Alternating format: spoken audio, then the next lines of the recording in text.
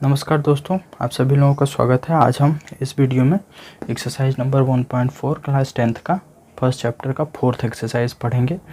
तो चलते हैं, शुरू करते हैं। तो फोर्थ एक्सरसाइज पढ़ने से पहले हमें कुछ बातें हैं जो जान लेनी चाहिए। तो एक्सरसाइज नंबर 1.4 सबसे पहले हमें एक थियरम है वो जान लेना चाहिए। तो थियरम क्या है? थियरम है 1.5।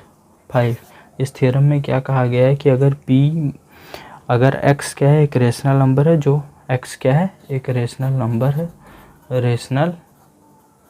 नंबर है और x को हम लोग p/q के फॉर्म में लिख सकते हैं और x का जो डेसिमल एक्सपेंशन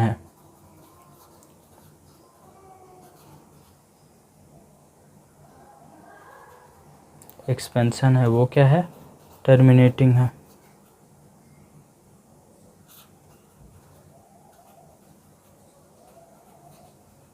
टर्मिनेटिंग है।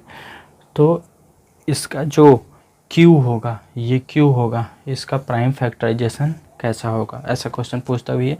तो जो Q है, तो प्राइम फैक्टराइजेशन जो होगा, prime factor of Q is of the form Q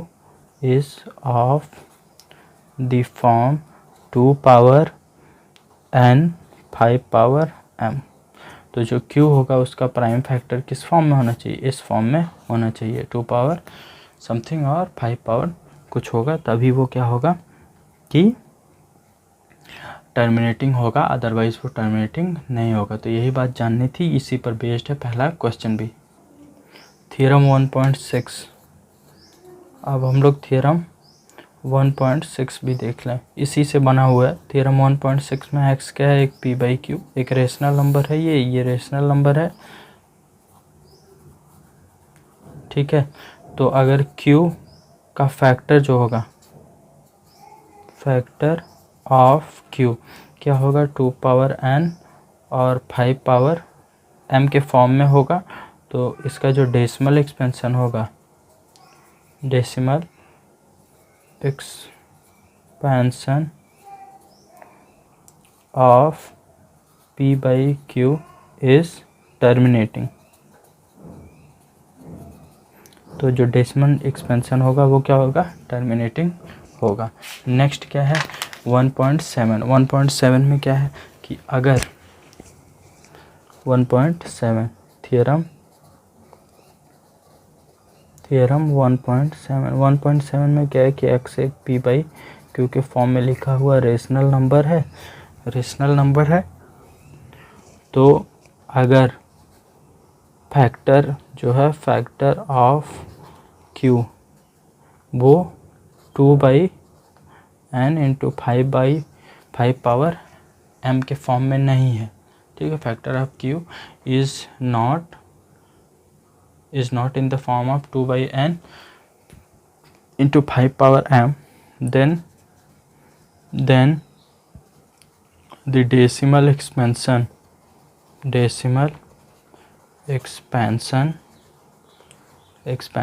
of p/q is non-terminating repeating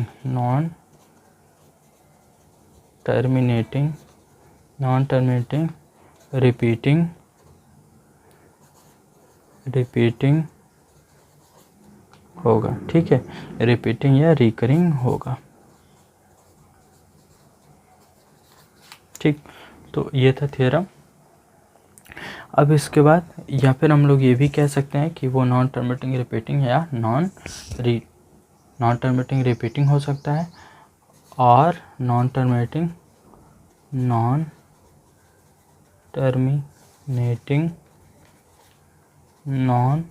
repeating हो सकता है, ये भी हो सकता है, ठीक है। रिपीटिंग और रिकरिंग। अब हमें एक्सरसाइज नंबर 1.4 शुरू करना है और उसका फर्स्ट क्वेश्चन।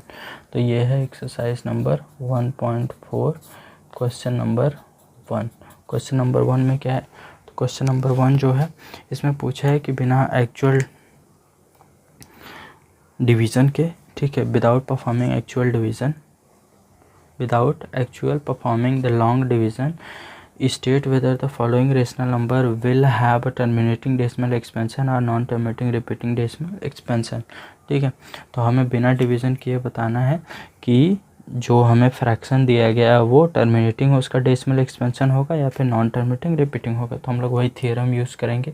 तो फर्स्ट वाला जो क्वेश्चन है वो है 13/3125। तो हम लोग 3125 का प्राइम फैक्टराइजेशन कर लेंगे तो ये क्या हो जाएगा, तो ये 5 से होगा, तो ये क्या हो जाएगा 5 6 जा 5 2 जा 5 5 जा, ये 5 से हो जाएगा, तो 5 1 जा 5 2 जा 5 5 जा, ये 5 से, तो ये हो जाएगा 25 5 से, तो ये हो जाएगा 5, ये 5, तो ये हो गया 1। इसका मतलब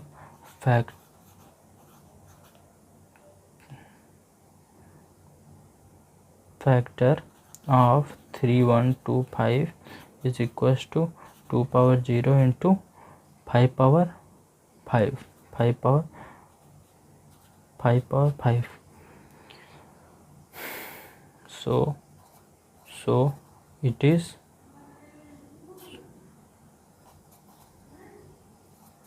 therefore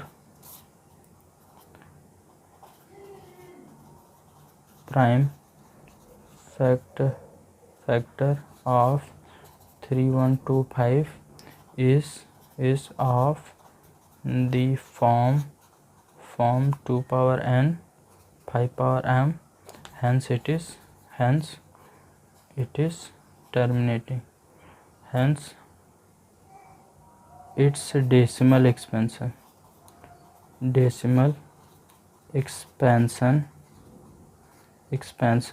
is terminating।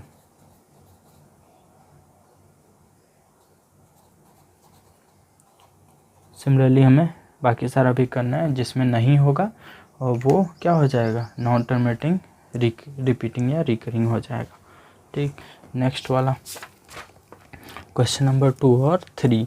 तो क्वेश्चन नंबर 2 में हमें क्या करना है, हमें लिखना है कि write down the decimal expansion of those rational number in question 1 above which have terminating decimal expansion. तो हमें क्वेश्चन नंबर 2 में क्या करना है, इसी क्वेश्चन नंबर 1 में जो डेसिमल टर्मिनेटिंग हैं उनको डिवाइड करके उनका डेसिमल एक्सपेंशन लिखना है। क्वेश्चन नंबर 2 के फर्स्ट में हमें जो क्वेश्चन नंबर फर्स्ट है उसी क्वेश्चन को ही सॉल्व करना है, बस जो टर्मिनेटिंग डेसिमल एक्सपेंशन है उसी को यहाँ पे डेसिमल में लिख देना है। तो क्वेश्चन नंबर फर्स्ट का फर्स्ट हम लोग कर लेते हैं। तो 13/3125 जो है ये टर्मिनेटिंग डेसिमल एक्सपेंशन इसका आएगा। ठीक है, जो कि हम लोगों ने यहाँ पे किया है। तो इसका डेसिमल एक्सपेंशन हम लोग 13 को डिवाइड करेंगे 3125 से। तो ये डिवाइड आप लोग कर लेना, मैं डायरेक्ट क्या कर रहा हूँ कि आंसर लिख दे रहा हूँ। तो जब हम लोग डिवाइड करेंगे तो यहाँ पे आ जाएगा इसका डेसिमल एक्सपेंशन 13 को जब हम लोग 3125 से डिवाइड करेंगे तो 0.00416 आएगा। तो यही हो जाएगा हमारा आंसर है। बाकी सारा पार्ट आप लोग खुद से कर लीजिएगा। क्वेश्चन नंबर 3 जो है, क्वेश्चन नंबर 3 में बोला है कि the following real number has decimal expansion as given below. ठीक है, तो कुछ रियल नंबर है उनका डेसिमल एक्सपेंशन नीचे दिया गया है। इन ईच केस, सभी केसेस में अगर हमें क्या करना है कि decide whether they are rational or not, तो हमें बताना है कि वो रेशनल है या नहीं। अगर वो रेशनल होते हैं तो उनको p/q के फॉर्म में लिखना है। What can you say about the prime factor of q, अगर उन्हें हम लोग p/q के फॉर्म में लिखें तो जो प्राइम फैक्टर q का होगा उसके बारे में आप क्या कहेंगे। तो पहला अगर हम लोग देखें 3 का फर्स्ट, तो 3 का फर्स्ट जो है 43.123 1 2 3 4 5 6 7 8 9, तो 4 5 6 7 8 9। तो ये क्या है, it is terminating decimal expansion, so it is rational number. ठीक है, तो ये क्या होगा, टर्मिनेटिंग डेसिमल नंबर है इसलिए ये क्या होगा, रेशनल नंबर होगा। if we write it in the form of P by Q, तो अगर हम लोग इसको P by Q के फॉर्म में लिखते हैं तो यहाँ पे prime factor of Q must be of the form 2 power n into 5 power m। तो जब हम लोग इसको प्राइम फैक्टराइजेशन करते हैं तो जो Q है वो Q किस फॉर्म में आएगा, Q जो है वो आएगा, ठीक है, 2 पावर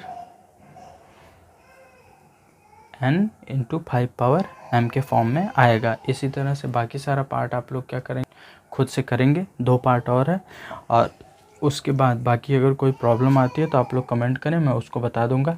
और आप सभी लोगों से ज़रूरी बात कि आप लोग मेरे चैनल को ज़्यादा से ज़्यादा सब्सक्राइब करें। और आप सभी लोगों का धन्यवाद।